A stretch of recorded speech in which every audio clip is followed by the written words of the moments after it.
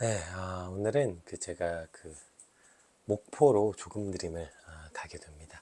그래서 이제 새벽 기차를 타고 내려가야 돼서 오늘 피우다는 녹화로 진행된다는 점 알려드리면서 우리 기도하심으로 피우다 시작하겠습니다. 하나님 감사합니다. 모든 순간에 어, 우리를 지키시고 또 주의 말씀 앞으로 불러주시니 주님 이것이 어쩜 우리 삶의 가장 큰 은혜이고 축복이 아닌가 싶습니다. 날마다 우리 삶의 주의 말씀이 떠나지 않게 하시고 그 말씀을 붙잡고 살게 하여 주시옵소서. 오늘 말씀을 통해서 우리 인생의 그 모든 스토리가 어디를 향해 흘러가고 결국 그 스토리에 무엇이 남게 되는지 오늘 말씀을 통해 우리가 함께 묵상하게 하여 주시옵소서. 감사합니다. 예수님 이름으로 기도드립니다. 아멘. 네, 오늘 저희가 함께 살펴볼 말씀은 사도행전 13장 13절에서 31절까지 말씀입니다. 바울과 및 동행하는 사람들이 바보에서 배 타고 밤빌리아에 있는 버가에 이르니 요한은 그들에게서 떠나 예루살렘으로 돌아가고 그들은 버가에서 더 나아가 비시디아 안디옥에 이르러 안식일에 회당에 들어가 앉으니라. 율법과 선지자의 글을 읽은 후에 회당장들이 사람을 보내어 물어 이르되 형제들아 만일 백성을 권할 말이 있거든 말하라 하니 바울이 일어나 손짓하며 말하되 이스라엘 사람들과 및 하나님을 경외하는 사람들아 들으라. 이 이스라엘 백성의 하나님이 우리 조상을 택하시고 애굽 땅에서 나그네 된 그 백성을 높여 큰 권능으로 인도하여 내사 광야에서 약 40년간 그들의 소행을 참으시고 가나안 땅 7족속을 멸하사 그 땅을 기업으로 주시기까지 약 450년간이라. 그 후에 선지자 사무엘 때까지 사사를 주셨더니 그 후에 그들의 왕을 구하거늘 하나님의 베냐민 지파 사람 기스의 아들 사울을 40년간 주셨다가 패하시고 다윗을 왕으로 세우시고 증언하여 이르시되 내가 이새의 아들 다윗을 만나니 내 마음에 맞는 사람이라 내 뜻을 다 이루리라 하시더니 하나님의 약속하신 대로 이 사람의 후손에서 이스라엘을 위하여 구주를 세우셨으니 곧 예수라. 그가 오시기에 앞서 요한이 먼저 회개의 세례를 이스라엘 모든 백성에게 전파하니라. 요한이 그 달려갈 길을 마칠 때에 말하되 너희가 나를 누구로 생각하느냐? 나는 그리스도가 아니라 내 뒤에 오시는 이가 있으니 나는 그 발의 신발끈을 풀기도 감당하지 못하리라 하였으니 형제들아 아브라함의 후손과 너희 중 하나님을 경외하는 사람들아 이 구원의 말씀을 우리에게 보내셨거늘 예루살렘에 사는 자들과 그들 관리들이 예수와 및 안식일마다 외우는 바 선지자들의 말을 알지 못하므로 예수를 정죄하여 선지자들의 말을 응하게 하였도다. 죽일 죄는 하나도 찾지 못하였으나 빌라도에게 죽여 달라 하였으니 성경에 그를 가리켜 기록한 말씀을 다 응하게 한 것이라. 후에 나무에서 내려다가 무덤에 두었으나 하나님은 죽은 자 가운데서 그를 살리신지라. 갈릴리로부터 예루살렘에 함께 올라간 사람들에게 여러 날 보이셨으니 그들이 이제 백성 앞에서 그의 증인이라. 아멘. 오늘 본문은 구브로를 떠나서 두 번째 선교지였던 이 비시디아 안디옥, 그 안디옥 교회 그 안디옥과 다른 안디옥입니다.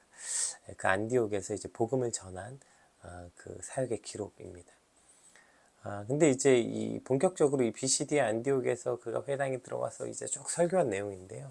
이 일이 일어나기 전에, 그러니까 이 비시디아 안디옥에 도착하기 전에 일어난 사건을 아주 짧은 한 절에 기록하고 있는데요. 우리 13절 한번 살펴볼게요. 바울과 및 동행하는 사람들이 바보에서 배 타고 밤빌리아에 있는 버가에 이르니 요한은 그들에게서 떠나 예루살렘으로 돌아가고 이제 그 두 번째 선교지로 가는 길에 요한이 그들을 떠나 예루살렘으로 돌아간 사건을 먼저 기록하고 있는데요. 여기서 말하는 이 요한이라는 건 이후로는 마가라고 주로 많이 사용됩니다. 12장 25절에도 이제 바나바와 바울이 부조하는 일을 마치고 마가라 하는 요한을 데리고 예루살렘으로 돌아옵니다. 그러니까 바나바와 바울을 이제 서포팅 하기 위해서 약간 조수 같은 역할로 이제 함께 길을 떠났던 마가를 말하는 것입니다. 여기서 요한은. 어쨌든 그 바나바 바울의 조수 역할로 길을 따라왔던 요한이 이탈하게 된 거죠. 그리고 잘 아는 것처럼 이 사건으로 인해 나중에 2차 전도 여행 갈 때 이 마가라 불리는 요한이 다시 일행에 합류하기를 원하지만 바울이 이미 한번 낙오한 사람을 데려갈 수 없다고 말하는 이 일로 인해서 바울과 바나바 사이에 다툼이 생기고 결국 각각 따로따로 전도 여행을 가게 되는 계기가 되기도 하죠. 여기서는 그냥 밤빌리아에서 요한이 떠났다 이렇게만 기록하고 있지만 이것이 당시 사람들에게 매우 어려움이었음을 우리가 알 수 있습니다. 뭐 당장 생각해 봐도 그럴 것 같아요. 그러니까 이게 지금 굉장히 이제 전도 여행의 초기이잖아요.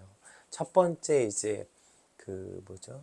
구브로에 갔을 때 이제 어렵게 이제 그 한 명의 결실을 맺었고, 그리고 이제 두 번째 여행으로 가는 이 사역이 진짜 이 초창기인데, 그런데 이제 그 이 사역의 초창기에서 그중 한 사람이 포기하고 어떻게 되면 도망가는 것 같은 이러한 모습은 함께 있는 동역자들의 참 큰 실망과 사기가 떨어뜨리게 되는 것 같아요.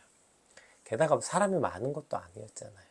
몇 명 있지도 않는데 그 중에 한 명이 빠진다는 것은 그 사람이 맡고 있었던 역할들을 사람들이 나누어져야 했기 때문에 아마 실제적인 업무에 어려움이 있었을지도 모르겠습니다.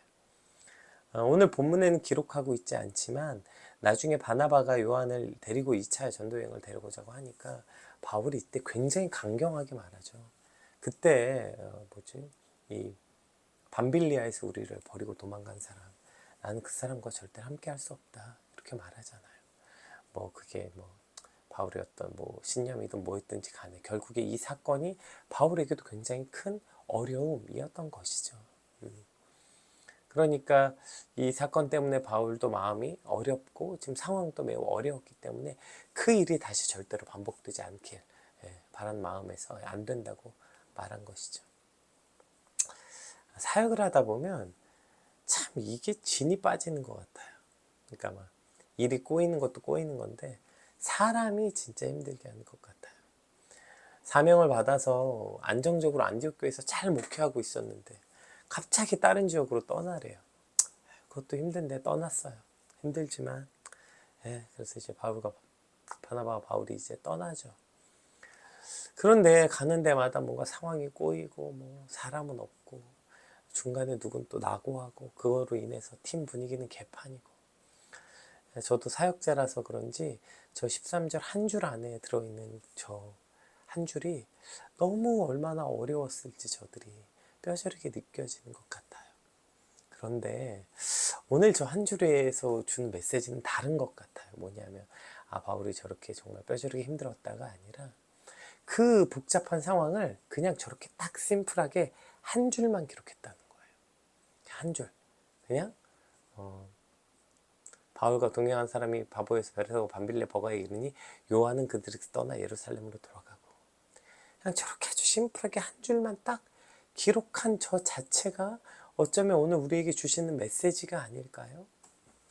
사명을 감당한다는 것, 사역을 한다는 것, 여러분 이것은 그냥 내 시간과 에너지를 쓰는 정도가 아니라 정말 때로는 저렇게 마음이 무너지고 정말 고통스럽고 그 막 실망과 낙심을 견뎌야 되고 수 없는 잠 못 이루는 고민하는 시간들을 겪어야 되는 그런 과정을 겪으면서 가는 길이에요.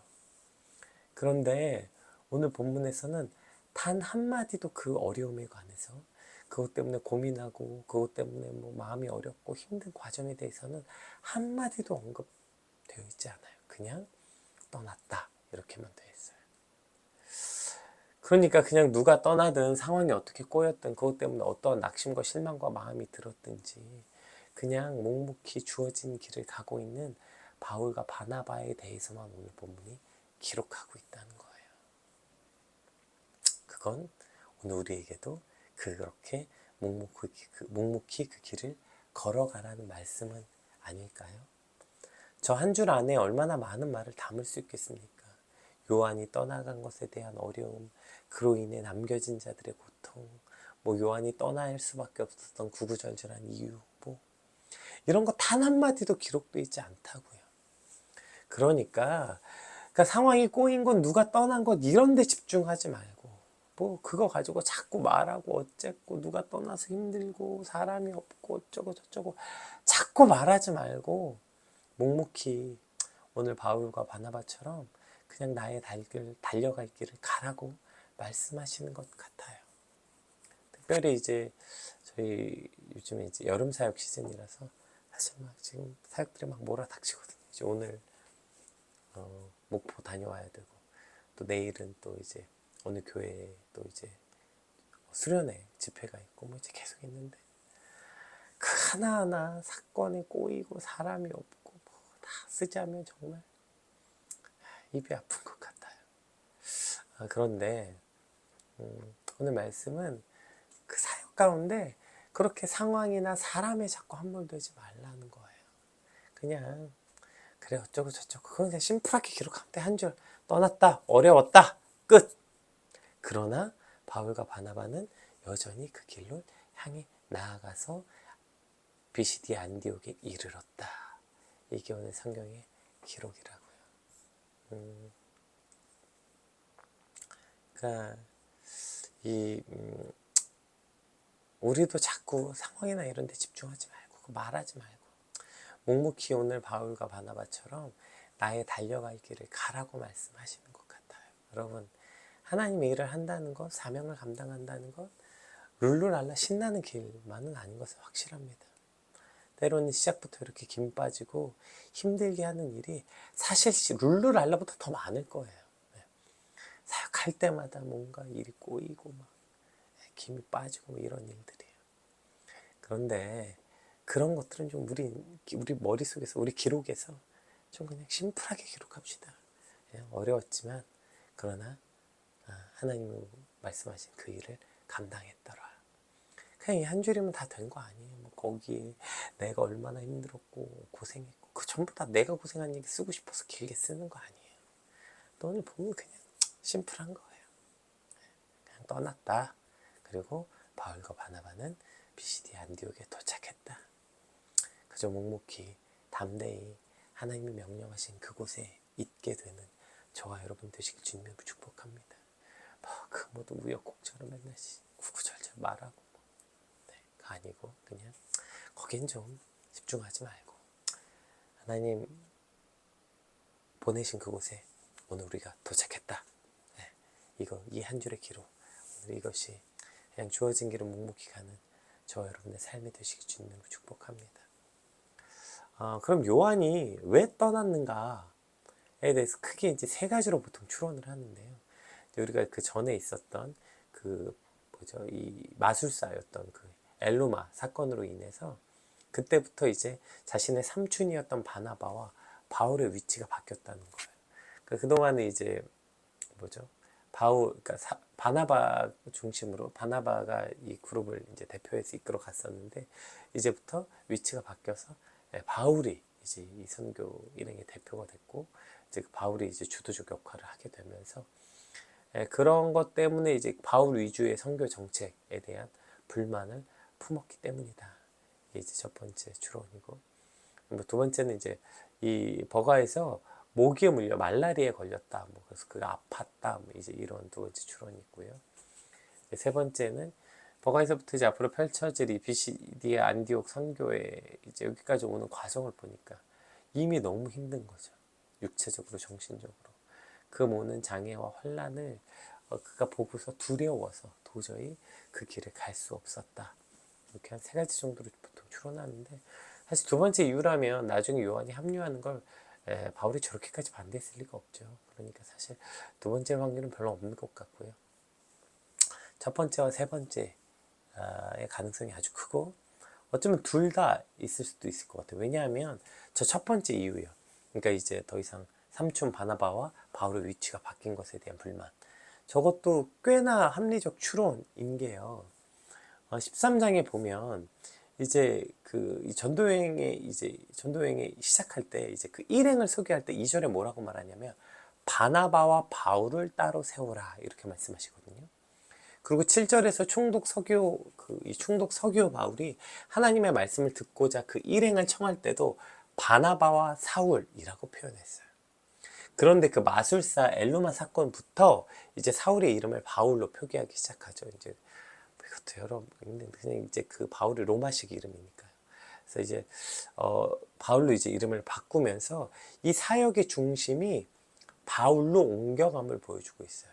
그래서 오늘 본문 시작부터 보세요. 오늘 본문을 시작할 때마다 뭐라고 해요? 이 13절에 소개 자체가 바뀝니다. 이제부터는 바울과 및 동행하는 사람들이, 오늘 보면 바나바 이름도 없습니다. 그냥 바울 및 동행하는 자. 그러니까 늘 바울과 사울, 바울이 늘 가장 리더고 그 이끌었던 사람인데 이제 바나바는 이름도 없어요. 그냥 바울의 동행 정도로 그 위치가 바뀌게 된 것이죠. 그러니까 이제 실질적으로 이 그룹의 지도자가 바울이 되고 바울 중심으로 성경이 기록될 것을 이제 보여주고 있는 것입니다. 자, 이제 거기 들어가서도 마찬가지. 우리 15절 16절 볼까요? 회당에 들어갔어요.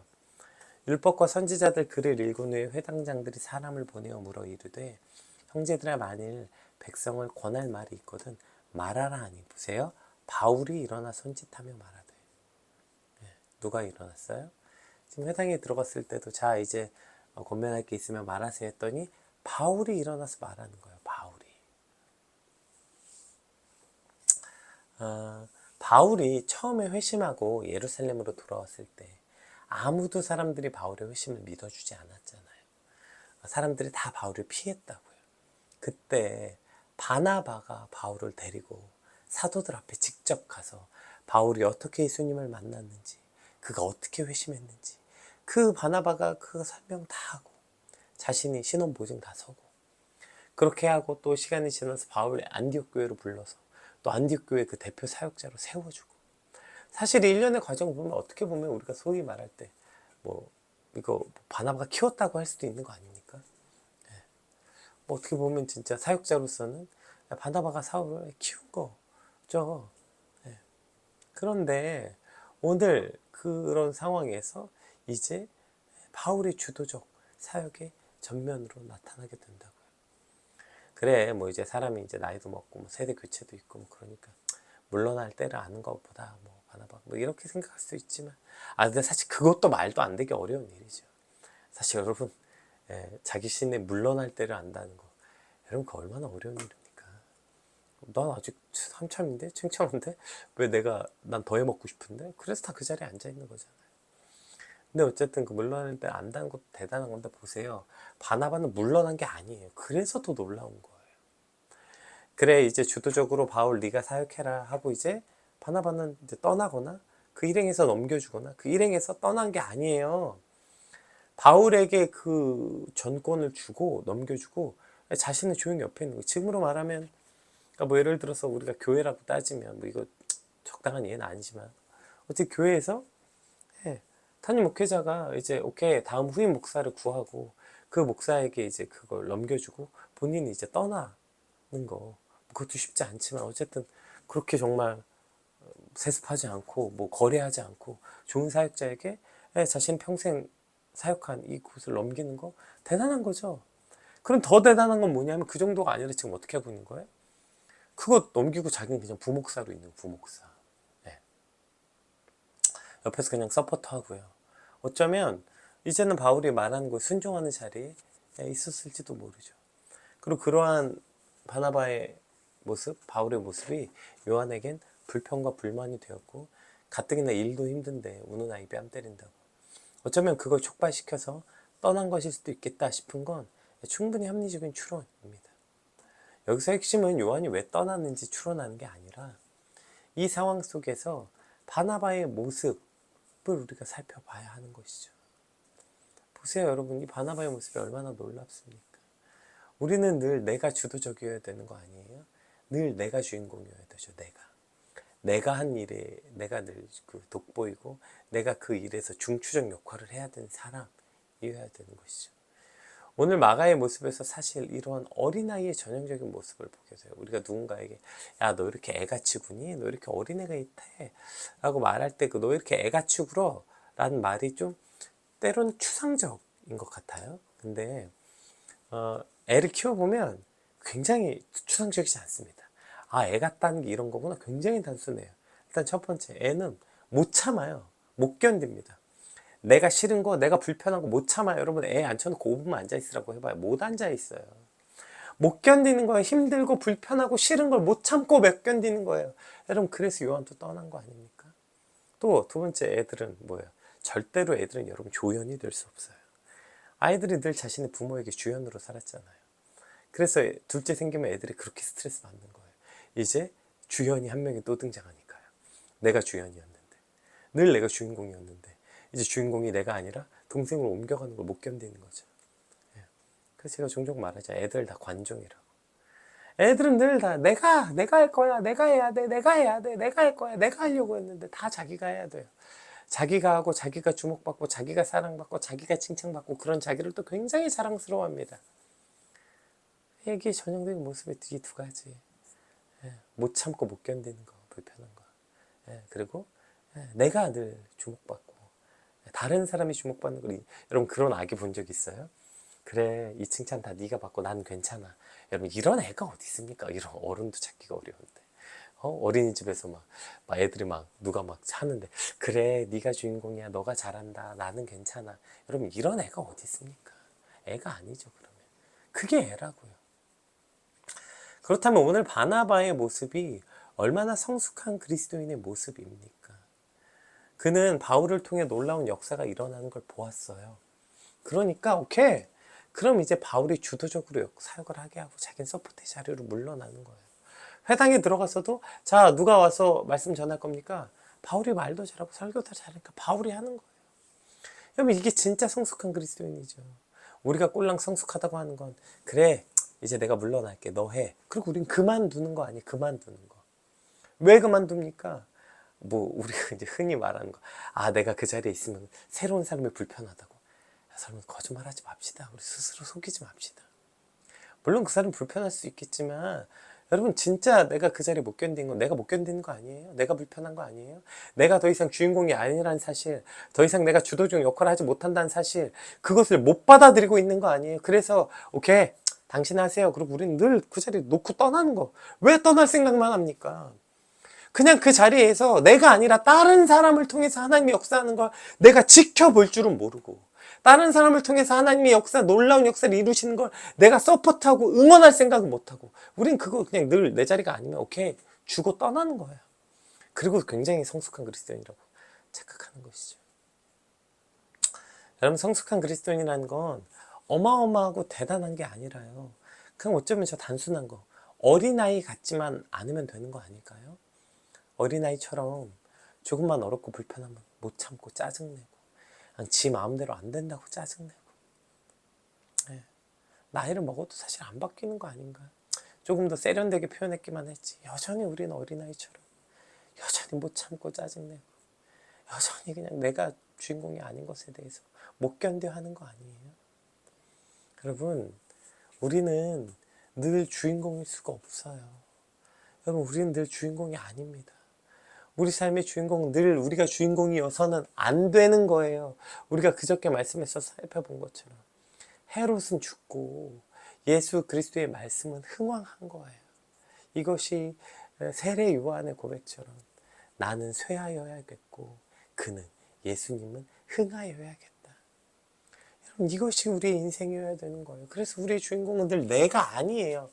오늘 밤 주인공은 나야 나 아니에요. 내가 우리의 주인공은 늘 예수 그리스도예요. 나의 삶의 주인공은 늘 예수 그리스도고 내 인생의 역사의 모든 주인공은 늘 예수 그리스도여야 하는 거예요. 또 어차피 내가 주인공이 아닌데 그 역사가 날 통해 일어나든 바울을 통해 일하시든 무슨 상관이에요. 주의 일이 이루어지기만 한다면 그것은 우리에게 너무나도 큰 기쁨이고 영광인 것이죠.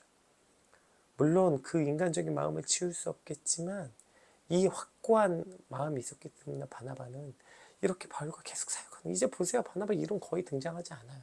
바울. 사실 바울 바나바가 다 키워서 여기까지 왔는데요. 그 옆에 있는 거예요. 오늘 보세요. 이름도 없어요. 그냥 바울의 일행이라고 기록돼요. 더 이상 바나바는 자신의 주인공이 아니어도 되는 거예요. 받아들인 거예요. 내가 주인공이 아니라는 거.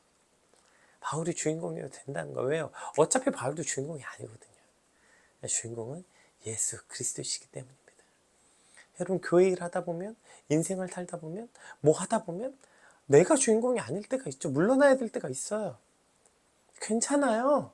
어차피 그 사람이 주인공 같아. 그 사람도 아니에요. 결국 그 모든 역사의 주인공은 예수 그리스도십니다. 그래서 우리가 히스토리라고 부르는 거예요. 네. 제발 이 주인공 놀이 같은 신앙에서 좀 벗어나고, 이 주인공 놀이 같은 사역에서 벗어나서 오직 예수 그리스도가 주인공이신 것. 그래서 우리는 늘 그 옆에서 지켜보는 것을 기쁨으로 지켜볼 수 있는 자, 그러한 사역자, 그러한 믿음이 저와 여러분의 믿음이 되시길 주님으로 축복합니다. 자, 이제 우여곡절 끝에 이 비시디에 있는 안디옥에 도착합니다. 그리고 이제 그곳 회당에 들어가요. 이제 회당이라는 건 이제 바벨론에 의해서 유다가 완전히 멸망해서 그때 성전이 완전히 파괴됐잖아요. 그래서 디아스포라 그때 말씀드렸죠. 그래서 이제 여러 유대인들이 여러 지방에 이제 흩어졌어요. 근데 이제 어차피 성전도 망했고, 그러니까 그들이 각 그 지역에서 율법을 지키고 함께 모여서 예배드리기 위해서 만든 장소가 바로 회당이었어요.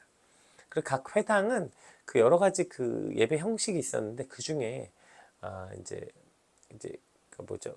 우리가 한의회 같은 거죠. 여러 지역들의 유대인들이, 디아스포라 유대인들이 그 회당을 중심으로 그 모였던 거죠. 회당을 중심으로 그 구심점이 돼서 유대의 사회가 구성됐던 거예요. 그래서 이제 바울 역시 가는 때마다 이 회당 중심으로 사역을 하게 됩니다. 그리고 이제 여러 이유가 있지만 그 바울이 또 회당 중심으로 사역한 여러 이유가 있지만 그 중에 이제 대표적인 한 가지는 회당의 문화 때문이에요. 회당은 이제 당시 회당장이 일어서서 율법이나 선지서를 낭독합니다. 그리고 나면 그 회당장 외에도 특히 이제 바울과 같은 이 순회 전도자들이 있었어요. 이렇게 나그네들, 순회 전도자라고 말하는데 이제 그들이 회당에 방문하면 그들의 말을 듣는 순서가 있었어요. 그렇기 때문에 오늘 본문에도 보면 그래 자연스럽게 회당장이 이제 오늘 온 바울 일행에게 자 당신들이 가르칠 게 있으면 말해달라 이제 그렇게 마이크를 넘기잖아요. 그렇기 때문에 이제 바울이 이제 이 이방인의 말씀을 전할 때 이 회당 중심으로 회당이 먼저 가면 이제 자연스럽게 자기가 복음을 전할 수 있는 기회를 얻을 수 있었기 때문에 이제 회당 중심으로 말을 하죠. 이제 쭉 한번 볼게요. 이제 마이크를 얻었어요 바울이. 그리고 이제 뭐라고 하는지 한번 쭉 살펴봅시다. 바울이 일어나 손짓하며 말하되 이스라엘 사람과 및 하나님을 경외한 사람들아 들으라. 이 이스라엘 백성이 이스라엘 백성의 하나님이 우리 조상을 택하시고 애굽 땅에서 나그네된 그 백성을 높여 큰 권능으로 인도하여 내사 광야에서 약 40년간 그들의 소행을 참으시고 가나안 땅 7족속을 멸하사 그 땅을 기업으로 주시기까지 약 450년간이라. 그 후에 선지자 사무엘 때까지 사사를 주셨더니 그 후에 그들이 왕을 구하고는 하나님의 베냐민 지파 사람 기스의 아들 사울을 40년간 주셨다가 패하시고 다윗을 왕으로 세우시고 증언하여 이르시되 내가 이새의 아들 다윗을 만나니 내 마음에 맞는 사람이라 내 뜻을 다 이루리라 하시더니 하나님의 약속하신 대로 이 사람의 후손에서 이스라엘 위하여 구주가 나셨으니 곧 예수라. 그가 오시기에 앞서 요한이 먼저 회개 세례를 이스라엘 모든 백성에게 전파하니라. 요한이 그 달려갈 길을 마칠 때에 말하되 너희가 나를 누구로 생각하냐. 나는 그리스도가 아니라 내 뒤에 오신 이가 있으니 나는 그의 그 신발의 끈을 풀교도 감당하지 못하리라 했으니 형제들아 아브라함의 후손과 너희 중 하나님을 경외한 사람들아 이 구원의 말씀을 우리에게 보내셨거늘 예루살렘에 사는 자들과 그들의 관리들이 예수와 및 안식일마다 외우는 바 선지자의 말을 알지 못하므로 예수를 정죄하여 선지자의 말을 응하게 하였도다. 죽일 죄를 하나도 찾지 못하였으나 빌라도에게 죽여달라 했으니 성경에 그를 가리켜 기록한 말씀을 다 응하게 한 것이라. 후에 나무에서 내려다가 무덤에 두었으나 하나님 죽은 자 가운데 살리신지라. 갈릴리부터 예루살렘에 함께 올라간 사람들에게 여러 날 보이셨으니 그들이 이제 백성 앞에서 그의 증인이라. 아멘. 지금 보시면 바울은 이제 그 회당에 있는 자들, 그 기존 유대인들도 아주 잘 아는 이야기인 출애굽으로부터 시작해요. 그래서 그들이 잘 아는 내용인 출애굽으로 시작해서 그들이 잘 모르는 예수 그리스도로 끝이 나는 거예요. 이게 무슨 물론 이제 이게 뭐 빌드업 우리가 흔히 빌드업이라고 말하잖아요. 밑밥 까는 것 같은. 그러니까 바울이 자신이 전하고자 하는 예수를 효과적으로 전하기 위해서 수사학적 기법으로 지금 이 말을 기록한 게 아니라 성경 자체가 그렇다는 거예요. 그러니까 지금 바울이 예수님 얘기하려고 출애굽부터 시작했거든요. 근데 그게 바울이 자기가 하고 싶은 얘기를 하기 위해서 성경을 지금 차용해서 인용해서, 그러니까 성경을 도구로 지금 빌드업하려고 말하는 게 아니라 성경 내용 자체가 그렇다고요. 그 출애굽부터 결국에 여기까지 온 모든 역사가 예수 그리스도를 향하게 돼 있는 거예요. 수사 기법으로만 지금 이걸 말하고 있는 게 아니라 바울은 그 말씀 그대로를 선포하고 가르치고 있는 거예요. 너희가 말씀 잘 알지? 너네 출애굽 잘 알지? 사사기 시대 잘 알지? 그리고 사울부터 다윗까지 다 잘 알지? 자, 그런데 너희가 잘 아는데, 그런데 뭘 몰라? 너희가 예수 그리스도를 모르는 거야.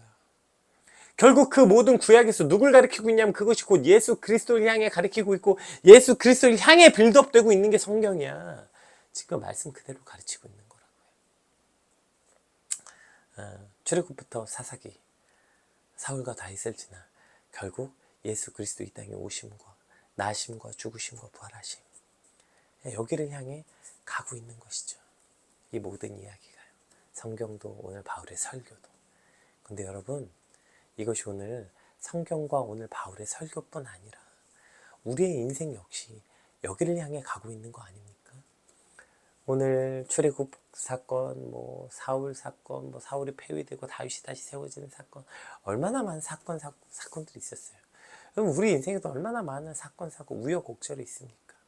사연 없는 무덤이 어디 있어요? 그래서 다들 자기 인생 가지고 책 몇 권씩은, 내가 내 인생을 책으로 쓰면 몇 권 될 거야, 이런 말 하잖아요. 그리고 또 저는 뭐 제 인생에 대해서 별로 말할 게 없어요. 저는 굴곡 없이 살았어요. 이렇게 말하는 사람들, 저는 한 번도 자기 인생 시작은 그렇게 합니다. 시작은 뭐 저는 별로 할 말 없는데, 저는 뭐 그냥 무난하게 살았어요. 이렇게 해놓고 시작을 뒤로 가면 갈수록 얼마나 많은 얘기가 쏟아져 나옵니까? 결국에 자기 스토리 없는 인생은 없어요. 그런데 여러분, 그 여러 우여곡절 끝에 그게 어떤 스토리고 어떤 얘기든지, 그래서 so what? 그래서 어쨌다는 거예요. 그래서 그 인생이 어쨌다는 거예요. 그래서 출애굽이 어쨌다는 거예요. 그래서 그 모든 것이 어쨌다는 거예요. 그 어쨌다는 게 결국 어쨌다는 거예요. 예수 그리스도께서 이 땅에 오셨고 너희가 모르고 그분을 죽였고 그분이 다시 죽은 자 가운데서 살아나셨다. 이게 so what이에요. 결국 우리 인생의 우여곡절도 그 끝에 결국 예수 그리스도를 만나고 그분을 통해 완성되는 거. 더 나아가 예수 그리스도만 남는 거. 여러분, 이것도 우리 인생이 돼야 하는 거 아닙니까? 우리 인생을 누가 기록해 주지도 않겠지만 어떤 사관이 있어서 저와 여러분의 인생을 기록한다고 칩시다. 그럼 오늘 저와 여러분의 인생이 오늘 바울의 설교처럼 쭉 우여곡절이 어딜 향해 가요? 예수 그리스도를 향해 나아가고 있는 저와 여러분의 인생이 되길 주님으로 축복합니다. 결국 쭉 그 우여곡절 끝에 그냥 정확한 타이밍에 예수 그리스도가 등장하는 것으로 결론되는 삶. 즉 예수 그리스도가 주인공으로 등장하는 삶. 저 여러분의 인생을 정말 사관으로 기록해서 정말 역사 책이 된다면 우리 책도 그렇게 되길 주의 이름으로 간절히 축복합니다. 내가 어떻게 태어났고 어린 시절 어떻게 보냈고 어쩌고 저쩌고, 그 모든 스토리가 결국에 예수 그리스도를 향한 거, 예수 그리스도가 등장하기 위한 빌드업, 예수 그리스도가 우리 인생에 딱 등장해서 그분으로 완성되는 우리 인생. 여러분, 그것이면 우리 이것보다 더 성공한 인생이 있겠습니까? 우리 인생을 사관으로 기록했을 때 이것보다 더 아름다운 인생이 있겠어요? 저 여러분의 인생이 그렇게 예수 그리스도로 결론 나는 인생이 되었으면 좋겠습니다. 그렇게 우리의 모든 과정이 예수 그리스도가 우리 인생에 등장하기 위한 빌드업의 과정이 되길 소망합니다. 결국 오늘 본문을 쭉 나눠보니까 예수님이 우리 인생 가운데 나타나는 삶에 관해서 나누게 되는 것 같아요. 아까 얘기했던 그 바나바와 바울의 관계 역시 결국 바나바가 이것을 알았기 때문이죠. 나는 주인공이 아니야. 그러니까 바울이 등장해도 괜찮은 거예요. 바울에게 다 물려주고 자기 물러나는 거야. 나는 주인공이 아니야. 네? 여러분, 오늘 저 여러분의 삶의 주인공은 내가 아닙니다. 네? 그리고 우리의 모든 삶이 결국 그 방점에 예수 그리스도를 향해서 나아가는 인생, 예수 그리스도가 주인공으로 등장하는 저 여러분의 인생 책이 되시길, 또 그러한 책이 저 여러분의 삶이 되길 꿈꾸고 소망하는 저와 여러분 되시 주님을 축복합니다. 우리 받은 말씀과 함께 기도합시다. 하나님, 내 인생의 주인공으로 등장하여 주시옵소서. 자꾸 주인공 놀이에서 빠져나와서 내가 맨날 주인공 놀이 하니까 그냥 다 나여야 되고 내가 주도해야 되는데, 빨리 주인공 놀이에서 빠져나와서 진짜 주인공인 예수 그리스도가 드러나고 나타나게 하여 주시옵소서. 우리 같이 이렇게 받은 말씀과 함께 기도하겠습니다. 기도합시다.